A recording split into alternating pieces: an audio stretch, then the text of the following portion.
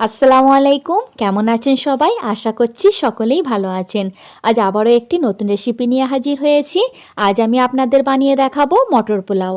আর আপনারা যারা কোনো দিন বাড়িতে পোলাও বানাননি তারাও এই মেজারমেন্ট দেখে খুব সহজেই পোলাও বানিয়ে নিতে পারবেন। তাই এই ভিডিওটি স্কিপ না করে পুরোপুরি দেখবেন। আর এই ভিডিওটি যদি ভালো লেগে থাকে ভিডিওটি লাইক করবেন, শেয়ার করবেন এবং চ্যানেলটি সাবস্ক্রাইব করে পাশে থাকার অনুরোধ রইল। এই পোলাও বানানোর জন্য আমি এখানে প্রথমেই নিয়ে নেব বাসমতি চাল। আপনারা যে কোনো ব্র্যান্ডের এখানে চালটি ব্যবহার করতে পারেন। আর যেহেতু সকলের বাড়িতে গ্লাস থাকে তাই আমি আজকে গ্লাসের মেজারমেন্ট হিসাবে আপনাদেরকে বুঝিয়ে দেব। আর এই সেম প্রসেস যদি আপনারা ফলো করেন তাহলে যে কেউ এই পোলাও বানিয়ে নিতে পারবেন। আমি এই গ্লাস মেপে এখানে মোট 2 গ্লাস চাল নিয়েছি আর এই গ্লাস মেপে আমি পানি দেব। তাই অতি অবশ্যই একটি মাপ নির্দিষ্ট করে নেবেন। এবার আমি এখানে চাল খুব ভালো করে ধুয়ে নেব। তার জন্য আমি এখানে নর্মাল পানি দিয়ে দেব আর চালটি কচলিয়ে খুব ভালো করে পরিষ্কার করে নেব। আর এরই মাঝে এখানে চাল খুব ভালো করে কচলে নেওয়া হয়ে গিয়েছে। এবার আমি এই পানি ফেলে দেব আর এইভাবে করে আমি চালটি মোট 3 বার খুব ভালো করে ধুয়ে নেব। আর তারই সাথে এখানে এই চাল 3 বার খুব ভালো করে ধুয়ে নেওয়া হয়ে গিয়েছে।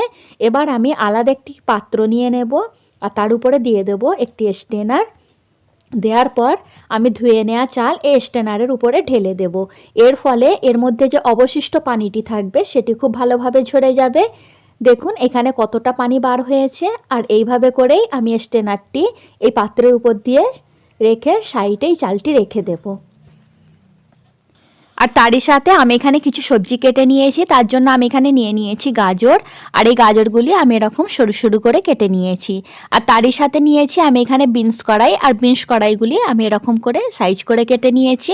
আর তারই সাথে নিয়েছি কিছুটা মটর। আর এই সমস্ত সবজি আমি 50% পর্যন্ত সিদ্ধ করে নিয়েছি। আর অতি অবশ্যই এরকম 50% আগে সিদ্ধ করে নেবেন, তাহলে পোলাওটি হয়ে যাবার পর এই সবজিগুলি পারফেক্টভাবে সিদ্ধ হয়ে থাকবে। তাই অতি অবশ্যই এই টিপসটি ফলো করবেন। অপরদিকে আমি হাঁড়ি গরম হতে বসিয়ে দিয়েছি। এবার আমি এর মধ্যে অ্যাড করে দেব 1/2 কাপ সাদা তেল। যেহেতু শীতকাল তাই আমি এখানে ঘি অ্যাড করছি না। আপনারা চাইলে এখানে ঘি এবং সাদা তেল দুটি একসাথে অ্যাড করতে পারেন। এবার আমি তেল গরম হওয়ার সাথে সাথে এখানে অ্যাড করে দেব আগে থেকে সিদ্ধ করে রাখা সবজিগুলি দেওয়ার পর আমি গ্যাসের ফ্লেম হাই রেখে অনবরত নাড়াচাড়া করে 5 থেকে 6 মিনিট এই সবজিগুলি খুব ভালো করে ভেজে নেব। আর অতি অবশ্যই গ্যাসের ফ্লেম হাই রাখতে হবে। আর এরই মাঝে প্রায় 5 থেকে 6 মিনিট হয়ে গিয়েছে। আর তারই সাথে দেখুন এই সবজিগুলি খুব ভালোভাবে ভেজে নেওয়া হয়ে গিয়েছে। এবার আমি এখানে অ্যাড করে দেব আগে থেকে ধুয়ে রাখা চাল।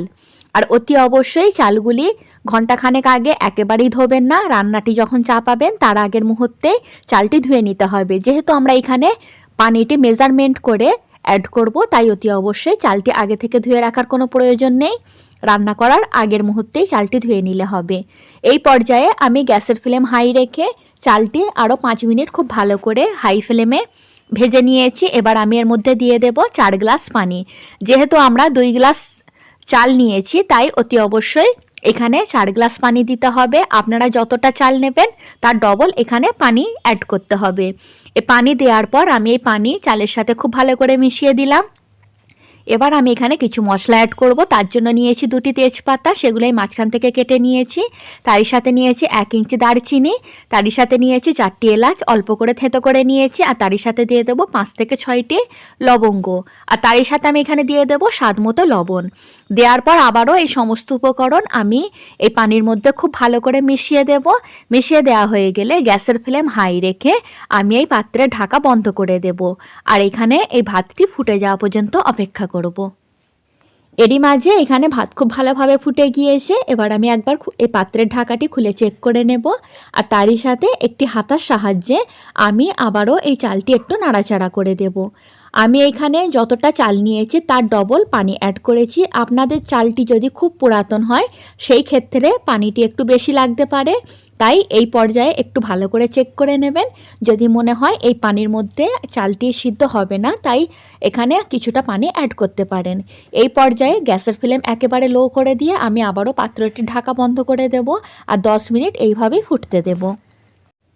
ফিরে এলাম আরও 10 মিনিট পর। আর এবার আমি এই পাত্রের ঢাকাটি একবার খুলে চেক করে নেব। দেখুন এখানে পানিটি অনেকটাই শুকিয়ে এসেছে আর তারই সাথে এই চালগুলি প্রায় 80% মতো সিদ্ধ হয়ে গিয়েছে। এই পর্যায়ে আমি এখানে অ্যাড করে দেব চিনি। আমি এখানে চিনিটি হাতের আন্দাজে অ্যাড করছি, আপনারা আপনাদের প্রয়োজন অনুযায়ী এখানে চিনিটি অ্যাড করবেন। আর অতি অবশ্যই এইখানে একটু চিনি অ্যাড করার চেষ্টা করবেন, তার ফলে এই পোলাওটির টেস্ট দ্বিগুণ বেড়ে যায়। আর এই চিনি অ্যাড করার পর গ্যাসের ফ্লেম একেবারে লো রেখে আমি পাত্রের ঢাকাটি বন্ধ করে আরও 5 মিনিট এই চালটি সিদ্ধ করে নেব। আর এই 5 মিনিট পর এই চালটি পুরোপুরিভাবে সিদ্ধ হয়ে যাবে। ফিরে আসছি 5 মিনিট পর। এরই মাঝে 5 মিনিট হয়ে গিয়েছে, আমি এবার পাত্রের ঢাকাটি খুলে দেব। দেখুন এখানে ভাতটি কিন্তু পুরোপুরি কমপ্লিট হয়ে গিয়েছে। এবার আমি এই পর্যায়ে গ্যাসের ফ্লেম একেবারে অফ করে দেব। অফ করার পর পাত্রের ঢাকাটি বন্ধ করে 15 মিনিট রেখে দেব, তারপর ডিশ আউট করে নেব। এরই মাঝে তৈরি হয়ে গেল মটর পোলাও। আর এটি কতটা পরিমাণে ঝরঝরে হয়েছে আশা করছি আপনারা ভিডিওটিতে দেখে বুঝতেই পাচ্ছেন। আর আমি যেই মেজারমেন্টে এবং যেই প্রসেসে আপনাদেরকে এই পোলাও বানিয়ে দেখিয়েছি, যদি আপনারা সেম প্রসেস আর সেম মেজারমেন্ট ফলো করেন, গ্যারান্টি দিয়ে বলছি আপনারাও খুবই সহজে এরকম ঝরঝরে পোলাও বাড়িতে বানিয়ে নিতে পারবেন।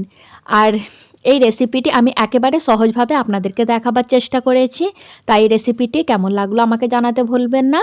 আর বাড়িতে একবার হলে রেসিপিটি ট্রাই করবেন।